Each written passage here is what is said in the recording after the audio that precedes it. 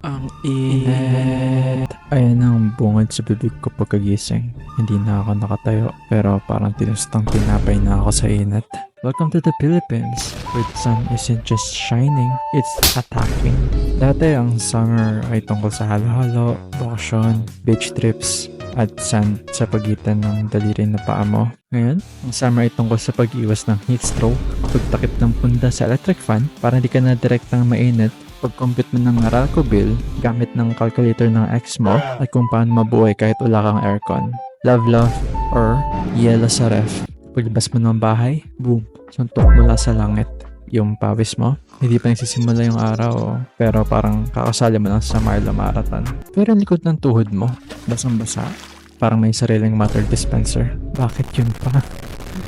Yung electric fan mo, kawawa na. Umikot na parang helicopter na nagpapractice for tape. Pero ang hangin, mainit.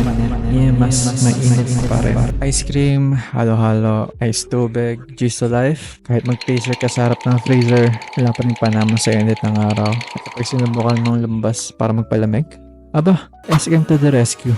Pero pagpasok mo, boom, puno. Lahat ng nilalang sa Metro Manila nandun din. Parang may libreng concert. Nag-aagawan kayo ng pwesto sa harap ng aircon na may parang holy grail. Naghahanap ako ng mas malamig na lugar sa loob ng mall and ending ref section sa grocery. Ayun ako, nakatayo sa harap ng Magnolia ice cream. Nagmumuni habang nakahawak ng 1 litrong Rocky Road.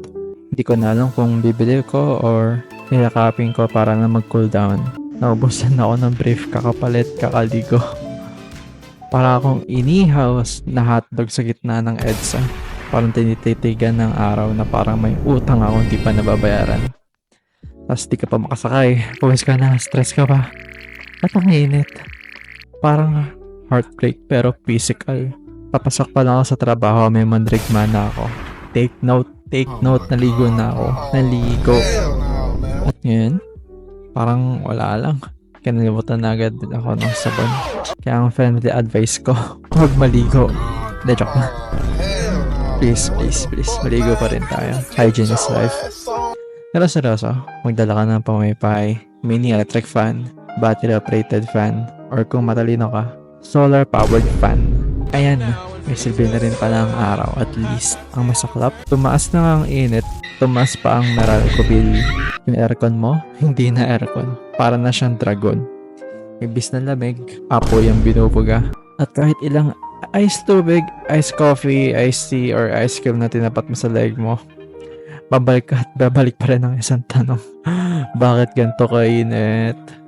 Climate change? Oo. Urban heat island effect?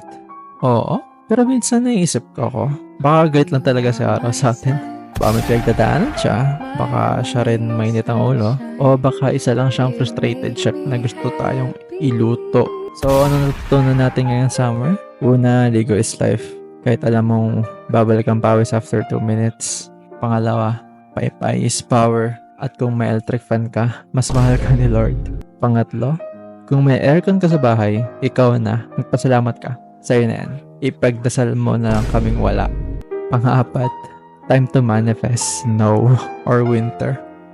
Kahit 12 hours lang, kahit overnight lang, kahit biglang may snowstorm habang nasa MRT ako. Sige na, please. Pero kahit gano'n kainit, Pinoy pa rin tayo eh. Sanay na, biyasa na, expert level na sa weather na parang pinorasan tayo ni Poseidon at Apollo sabay. Kahit pawisan, kahit amoy araw, kahit amoy mandirigma, tara, kape tayo. Pero ayos ta, huwag kang baliw.